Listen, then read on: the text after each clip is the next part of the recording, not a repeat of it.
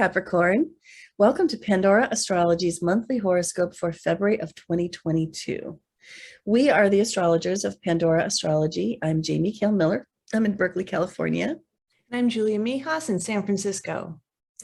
Well, Capricorn, if this is your sun sign and you missed your annual birthday reading this year, which is easy to do, right? Because your birthday happens around the holidays or in January.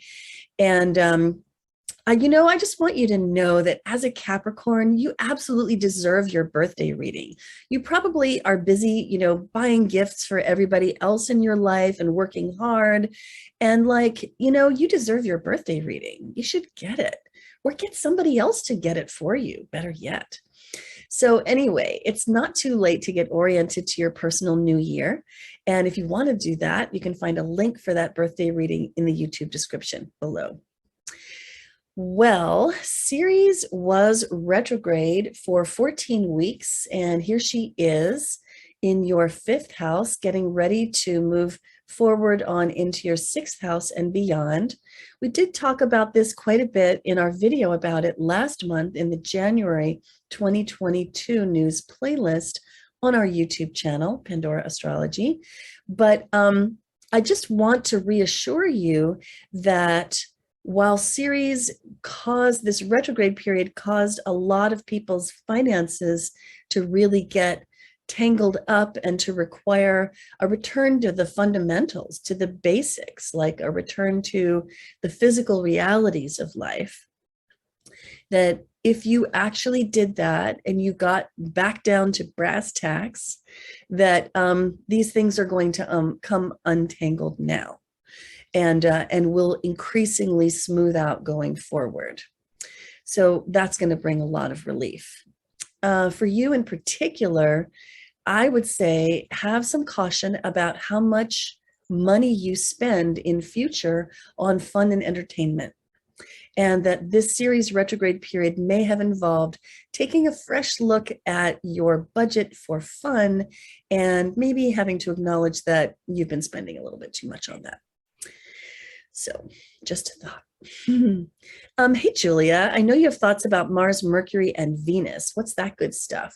Yeah, well, hey there, Capricorn. Lots of activity this month in your 1st house of self. The 1st house represents the energies that you project out into the world, as well as how you identify and even your appearance in your body. So the first planet that's in your 1st house this month is Mars, a planet of action and activity. So with Mars in your 1st house of self all month, this is a high energy period for you because you're really kind of projecting out those Mars vibes. And Mars is such an active planet. This is a great time for starting a new workout routine or getting back on another one that maybe you let slip during the holidays. And Mars in the 1st house can be a very good transit for asserting yourself, being able to stand up for your rights. However, there is the possibility with Mars about going overboard and maybe overly asserting or kind of making mountains out of molehills. So as long as you can kind of pull it back some and get the energy out in other ways, maybe through physical activity, that would be for the best. And then Mercury, the planet of communication and mentation, starts the month retrograde in your 1st house. So with Mercury retrograde in the 1st, it's kind of like you feel misunderstood by the world a lot. Maybe you're saying things and people are walking away from the same conversation with a totally different understanding than what you meant. It can be a little frustrating. But by the 3rd, Mercury is going to go direct, which is going to help things out a bit. And with Mercury direct in the 1st, then you can articulate yourself a lot better. And it can be a good time for making first impressions like that.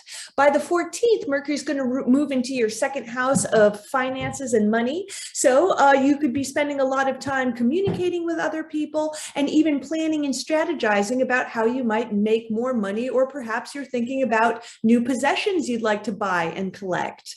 Now, Venus, the planet of art, beauty, and relationships, has just finished a huge 6-week retrograde cycle. It happens about every 2 years or so. And it just finished up on the 29th. However, we're all still reverberating from it because Venus takes a couple of weeks to get out of that shadow period, which means it takes some weeks for her to start getting faster and faster until the whole retrograde cycle is over. However, all of this activity is happening in your 1st house of self. So now that Venus is no longer retrograde, this is actually a very good time to make positive appearances or to make positive changes to your appearance. That can mean anything from getting a new haircut or going out shopping. Maybe with Mercury going into your second house, you're thinking about stuff you want to buy to kind of make yourself look a little bit better. And Venus in the first house can be a great transit for dating too, because you're looking a lot better. So therefore, people are going to be a bit more attracted to you. So definitely use that. Yes. And to kind of tack onto that, I want to tell you about Juno, which met up with Venus. And these are the two relationship planets. Venus signifies love, Juno signifies marriage. And they met up in Capricorn. You can find out a lot more about that in the video we made about it in last month's playlist, in the January playlist. But Juno is leaving Capricorn and moving into the second house, your second house, into Aquarius. And that, as Julia just said, is a house of finance, of money, and also possessions. Now, Juno can really enhance your social life, and it can bring things to do with your committed relationships, your partnerships. So Juno moving into your second house suggests that you will have a view to how can your partnerships make you feel more secure or enhance you financially. How can they become more grounded in the real? And so watch out for that, and ask yourself those questions as Juno moves through this house. So the next thing I want to tell you about is the two moons of the month. And I'm actually going to go back to January 31st, because the first moon of this month is the new moon in Aquarius, falling again in your second house. New moons bring new beginnings. There's a feeling of freshness about them. This particular one has a very strong feeling of genius and insight about it. That's because this is in Aquarius, and also because of the involvement of Uranus with this moon. And so we're calling it diligently cultivate the seeds of genius. And so what you want to do is during this moon, so meaning the beginning of the month, you want to plant the seeds of genius financially. And that's because this falls in your second house. So it's a good time to start something new, to follow up on a new idea, and to plant seeds that may grow into something new and unusual in the future. I'm not telling you to invest in cryptocurrency. Maybe you want to do that. Maybe that's in your mind. I don't know. I can't give you that advice. Uranus might be saying that, but I think one would do well to be cautious, and I did not give you that advice.